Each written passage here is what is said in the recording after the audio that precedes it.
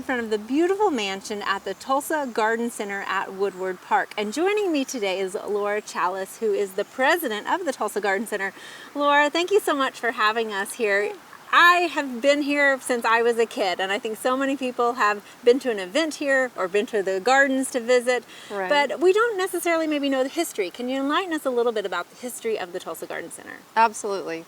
So the Garden Center was actually founded in 1950, so many, many decades ago. We moved here to the Snedden Mansion in 1954. And we have been operating in Woodward Park as the longest standing managing partner of the city of Tulsa for all those years. Wow, excellent. So it houses not just gardens, but tell us all the activity that's going on here. Well, the unique thing about the Tulsa Garden Center is that we house 19 other nonprofit organizations. So that's why we say we are the horticultural hub of Tulsa. Absolutely. We have the Orchid Society, the Rose Society, the Perennial Club, African Violet Society, you name it, we have a society. Yeah. So that's the unique aspect. And I know actually as a kid, I would come here with my mom to some of these different society groups and Yes. stuff. And also so many people have weddings and senior photos taken. You had beautiful azaleas blooming a few weeks ago. Tell us a little bit about what all the property encompasses as well. So Woodward Park is just over 44 acres, and as the managing partner, the Tulsa Garden Center manages all of the permits, so the photography permits when people come to take their prom photos, the event permits if they wanted to get married out in the park or have a graduation ceremony or a class reunion.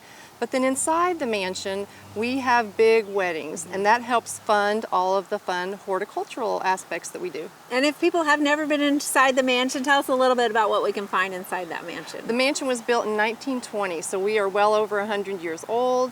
And it's as much as we can, we keep with the original look and feel that the family who built the mansion, the Travis family, and it's just gorgeous. It is, absolutely. It still has some of the original bathrooms that you can go in and different things. So let's talk a little bit. I know you guys are so involved in the community with education. Tell me a little bit about how people can get involved and what are some of those programs, whether it's a society or something that's being offered at the Teaching Garden. So yes, we definitely have a lot going on, a lot of ways to volunteer. So almost exclusively the park is managed by volunteers. That's what our programs. So we have our Teaching Garden and Visitor Center that you can volunteer for that. That's a more intensive programs, 12 weeks worth of instructional training. We have community volunteers that can just come and volunteer in the park.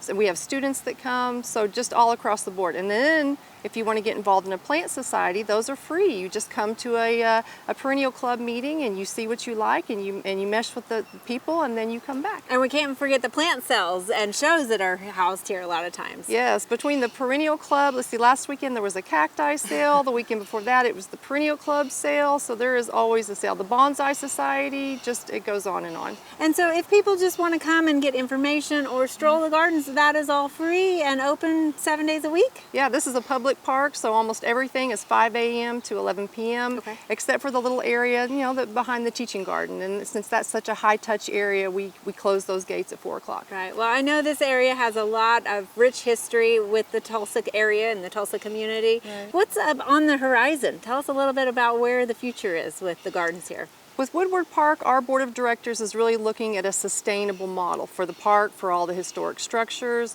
So we're looking at incorporating endowment funds and doing some big restoration projects. Right now we're working on a restoration for the Arboretum, which was a 1964 project of the Tulsa Garden Center. We went through a restoration in the late 80s, and now, 30 years later, we need to do another one. Right. So we're excited that we just kicked that project off. All right. Well, thank you so much for having us out here and sharing that history with us. Glad you were here.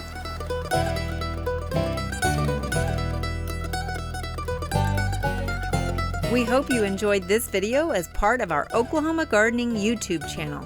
You can also find even more videos on the OK Gardening Classics YouTube channel. And join us on social media for great gardening tips, photos, and discussion.